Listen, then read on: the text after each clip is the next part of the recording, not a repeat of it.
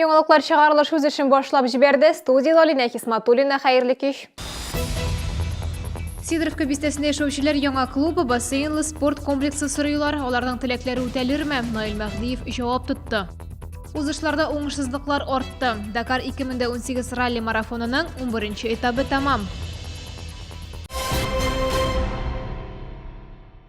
Шәһәр мэры Наил Мәгъдиев Сидоровка бистәсендә яшәүчеләр белән очрашты. Мишаллары шәһәр башлыгына бер чыгын сорауларын бирде.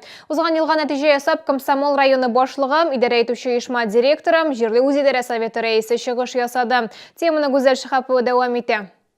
Узган елга нәтиҗәләрдән соң бистә халкын планнар белән дә таныштырдылар. Мисал өчен, быел Кама төзелеш көллиятен тулай торагы яңартылачак. Туберкулезга каршы диспансер һәм тән авырулары диспансеры төзекләндереләчәк. Ишек аллары, парк, урамнар да төзекләндереләчәк.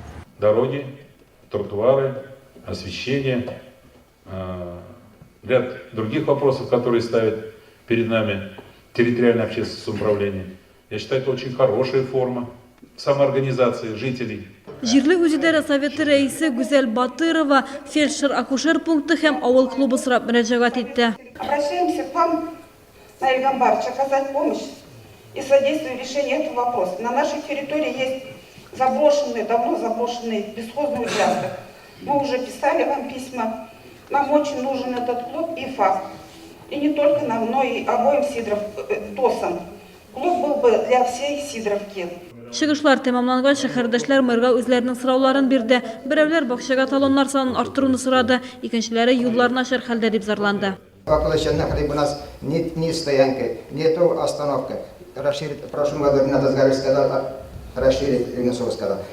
Мы там не можем пропустить большие автобусы. Если вы пройдете около Чернохры, там тротуары все паданы. Все это тупли, вот это американские, там сколько мусора валяется.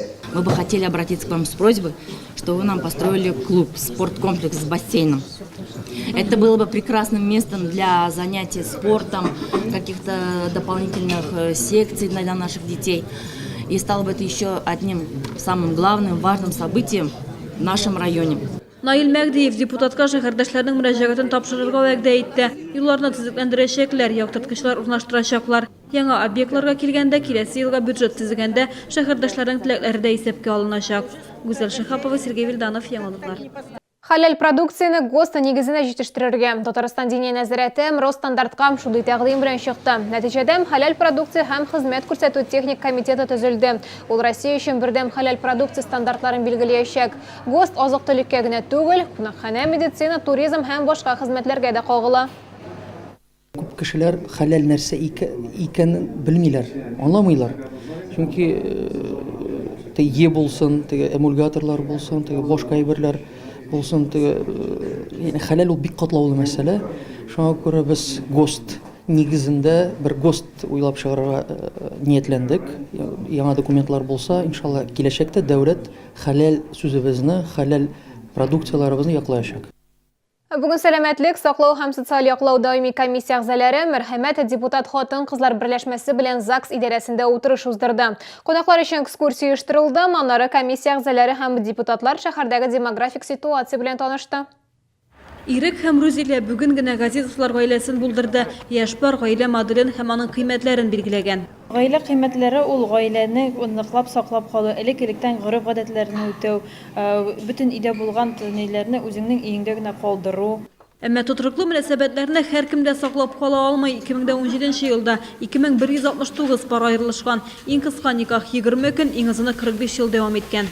Причины расторжения брака остаются прежними. Это в первую очередь несовместимость характера, отсутствие уважения, общих интересов, измена, утрата чувства любви, отрицательное отношение родителей к данному браку, семейно-бытовое насилие и алкоголизм. Гаиләне ничек саклап калырга, парлар арасына керергә кирәкме? Бу хакта депутатлар фикер алышты. Алар гаилә кыйммәтләрен һәм гореф-гадәтләрне сакларга кирәк дигән фикергә килде.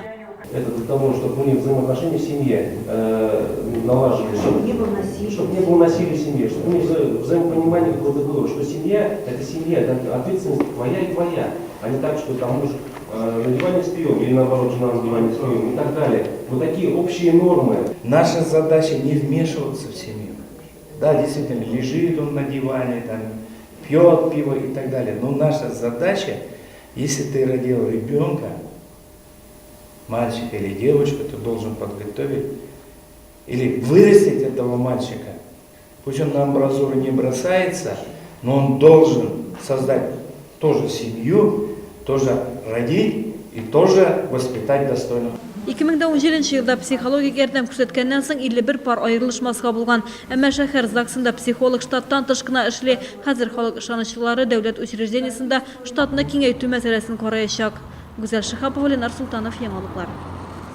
Бүгінен Татарстанда 200 һәм 2000 сумлык банкноталарны файдалану буенча кайнар элемтә ачылды. Исегезгә төшерәбез, Россия банкы яңа акчаларны 12 октябрьдә кулланылышка кертте һәм алар товар яисә хезмәт өчен түләгәндә һичшиксез кабул ителергә тиеш. Аларны алуда баш тарту кулланучыларның хокукларын бозу дип карала һәм моның өчен сатучыга штраф яный. Яңа үрнәктәге 200 һәм 2000 сумлык акчалар буенча сорауларыгыз булса, кулланучылар хокукларын яклау хезмәтенә шалтыратыгыз. Телефон номеры экраннарда 924-224-87-94, кайнар элемтә 18 январьдан 25 гыйнварга кадәр эшли. Мошенниклар чалу дәвалау учреждениеләренә һөҗүм иткән. Алар дәвалау учреждениеләренә Роспотребнадзор идарәсенең чаллы бүлеге башлыгы исеменә шалтыратканнар. Үзләрен Илгизәр Бариев дип танытып, балалар хастаханәсендәге томографны ремонтларга акча күчерүләрен сораганнар. Сыраухана җитәкчеләре бу хакта Роспотребнадзорга хәбәр иткән. Мошенниклар 6 учреждениегә шалтыратып өлгергән. Идарәдә мондый мошенникларның телефон номерын ачыклаганнар инде. Мондый шалтыратулар булса, хокук саклау органнарына хәбәр итәргә кирәк. Дакар 2018 ралли марафонының 11-нче этабы тәмамланды. Узышчылар Аргентинаның Чили-Сити шәһәренә килеп җитте. Әмма тулы составта түгел, тулырак киләсе сюжетта. 11-нче этапта ралли марафонда лидер алмашында җиңүгә якынлашып килгәндә Эдуард Николаев уңышсызлыкка очрады. Аңа Айрат Мәрдиев экипажы ярдәм күрсәтте. Сразу же приняли решение, что рихтовать, делать это по времени долго. Решили снять свои и отдать ему. Сняли кардан, сняли эти штанги, отдали все элику, собрали его и отпустили вперед. Сами же остались, восстановили все, что там могли восстановить. Туда был удар, мы как могли отрихтовали. И вот эта тяга, которая держит раздатку, их 2 штуки на раздатке, их обе согнуло. Мы же в одну выпрямили, поставили одну и вот на одной доехали. Антон Шибалов экипажын контроль нокталарында ширіп қалдырған үшін узышлардан алдылар. Хәзер КамАЗ-Мастер командасында 3 кенә экипаж қалды. 11-нче этапта россиялеләр арасында иң яхшы нәтиҗәләрне Дмитрий Сотников экипажы күрсәтте, әмма проблемалар да булды.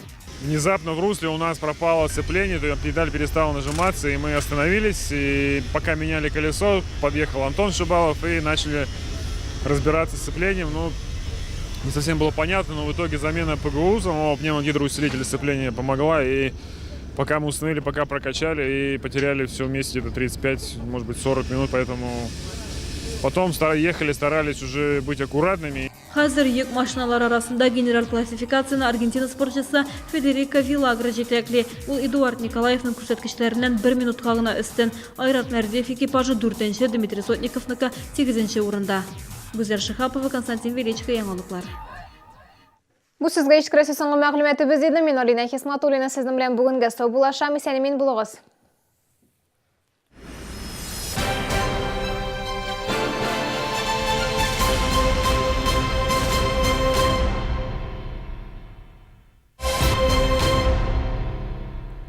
Невероятно, но факт. Таракан может прожить без головы целых 9 дней. Он же так все самое интересное не увидит. В корпорации «Центр» дам кредит без первого взноса и переплат. Стиральная машина Samsung за 1916 рублей в месяц. И доставка в подарок. Ла-ла-ла. 9 дней без головы. Некоторые всю жизнь так живут. Фестиваль молодого меда «Пасека Пегановых» с 17 по 27 января в ДК КамАЗа. При покупке 1 килограмма меда, килограмм цветочного меда в подарок. Санаторий ШИФ-ЛСУ Ижминбоды приглашает на отдых и лечение на особых условиях. Спецпредложения, акции, выгодные цены. Ловите на сайте ижмин.рф.